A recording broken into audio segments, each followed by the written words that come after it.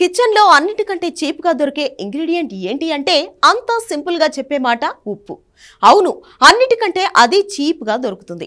Brand ని బట్టి రేట్లలో మార్పులు ఉన్నా కేజీ 30 రూపాయలకు మించి ఏ బ్రాండ్ ఉప్పు కూడా ఉండదు. కానీ ఇప్పుడు చెప్పబోయే ఉప్పు గురించి వింటే మాత్రం మీ మైండ్ బ్లాంక్ అవ్వడం గ్యారంటీ. ఎందుకంటే ఇది మామూలు రేట్ ఉప్పు కాదు, కేజీకి ఏకంగా 53,000. అవును, మీరు విన్నది నిజమే. ఈ ఉప్పు కేజీ విలువ అక్షరాల 53,000. అంత రేటు పెట్టేలా ఇందులో స్పెషాలిటీ ఏముందా అనుకుంటున్నారా? అక్కడికే వస్తున్న వెయిట్. తమిళనాడులోని కరూర్ నగరత్తార్ సంఘం ఆధ్వర్యంలో ఏటా పిళ్ళయార్ వ్రతదీక్ష ఉత్సవాలు జరుగుతాయి. అక్కడ ప్రజలు ఎంతో ఘనంగా ఈ ఉత్సవాలు నిర్వహిస్తారు.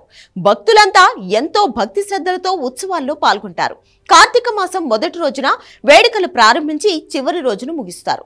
కార్తీక మాసంలో దీక్ష చేపట్టే వాళ్ళందరికీ భక్తులు కానుకలు ఇవ్వడం ఇక్కడే ఆనవాయితీ. మాసంలోని చివరి రోజున దీక్ష విరమించిన తర్వాత కానుకలను వేలం వేస్తారు. వీటిని దేవుడి వస్తువులుగానే అంతా భావిస్తారు. ఇదే క్రమంలో ప్రతి ఏడులాగే ఈసారి కూడా ఇక్కడ కార్తీక మాసం కానుకలను వేలం వేశారు. కానీ ఎప్పుడూ లేని విధంగా ఈసారి ఉప్పు భారీ ధర పలికింది. ఈ కానుకల్లో వచ్చిన కేజీ ఉప్పును ఓ భక్తుడు 53,000కు వేలం పాడారు.